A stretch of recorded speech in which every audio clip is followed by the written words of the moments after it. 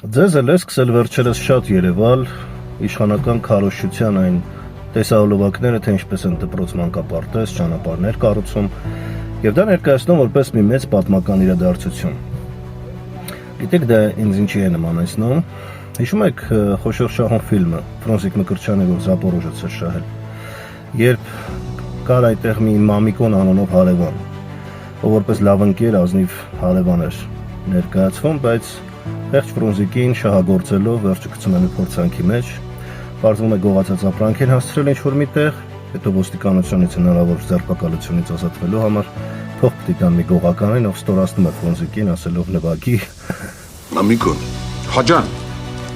այս ինչ եմ բարձում։ մեղր է, կարնիկիս այսօր լավ ման տվի, այդ կարնիկը հարևանս է։ Դեղեք, շուտ արեք, մարդը կայարանից ուշանում է։ Այմա ձեր գործին նայեք։ Շնորհակալություն ախպեջան, կարնիկը շատ լավ մարդ է։ Բոլորը լիքն են։ Լիքն է։ Աբրես։ Հարևանն է։ Նստեք, տան։ Այդ ինչ ես խոսում այն մաս։ Լավ, նստի։ Ժամանակ չունեմ։ Ադե նստի։ Ես գործ ունեմ։ Այ մամիկոն, վեշ ճուտ։ Լավ էլի։ Ես գող եմ։ Ոնց է գողս։ Մամիկոն, հետո չի ստասել։ Հիշում ես որ տարանք։ Հիշում եմ։ Հետո ինչ։ Այն որ գողացած էր։ Ոնց է գողացած։ Ով էր գողացել։ Մենք, Այսինքն դու ով։ ես ու դու։ Եվ տեսեք ինչ տիպիկ է, կոկորդիլոսի արդյունքներ կապած, եկել չոքել է, կարելի ասել ժողովրդի մոտ, բայց արդյունքում պարզվել է, որ ժողովուրդն է մեղավոր, այդ ժողովուրդն է գողացել, այդ ժողովուրդն է գնացել օտարի գույքը վերցրել օկուպանտ ժողովուրդ։ Եվ այդպես շարունակ, այսինքն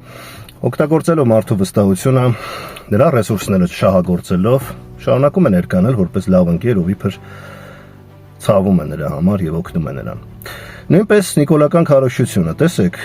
ներկայացնում են մի քանի կիլոմետր կառուցած ճանապարհ, երբ հանձնել են հազարավորները։ Թշնամուն առանց մի կրակոցի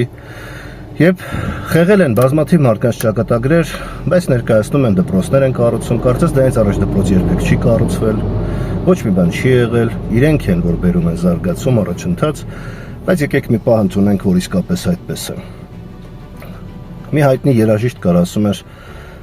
քաղաքական գործիչներին շնորհակալություն հայտնել, որ նրանք ինչ-որ մի բան են անում, դա նման է բանկոմատին, ոնց որ խոնարհվես շնորհակալություն հայտնես, որ նա քեզ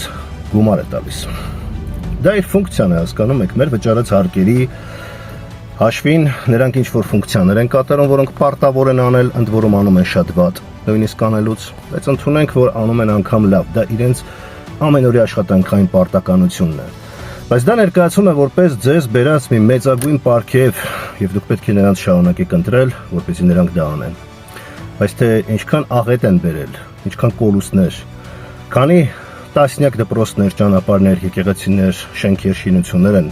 պարզապես հանձնել թշնամուն։ Ու դրա համար նույնիսկ ներողություն էլ չեն խնդրել, դրա համար պատասխանատվություն չեն խնդրել։ Եվ այսօր համարձակվում են նորից այդ ճղճիմ քարոզչությամբ ձեզ մոլորեցնել եւ նորից որպեսզի դուք գնաք նրանց ընտրեք։ Դա նման է նրան, որ օրինակ տուն վարձես, այդ տան կեսը ավիրես, հետո տանտիրոջը համար նրա հին դռան, հին բռնակը փոխես եւ ասես, գիտեք, ես փոխհատուցեցի ձեր կրած զրկանքները։ Ես չգիտեմ որքան միամիտ, իմբիցիլ եւ մտավոր հետամնաց պետք է լիներ, որպեսզի տրվել այդ քարոզչությանը եւ հավատալ, որ նրանք անկեղծ են։ Մի տրվեք այդ քարոզչությանը, սիրելի ժողովուրդ։ Դուք շատ ավելի խելացի եք, քան նրանք կարծում են ձեր մասին։ Նրանք իրականում մտածում են, որ դուք տհաս եք եւ այդքանը չեք հասկանա։ Տեսեք, Երևանը այսքան աղետալի վիճակում է երթևեկության առումով, բայց մի հատ մոնումենտալ հիմնային խնդիր չեն լուծել Երևանում։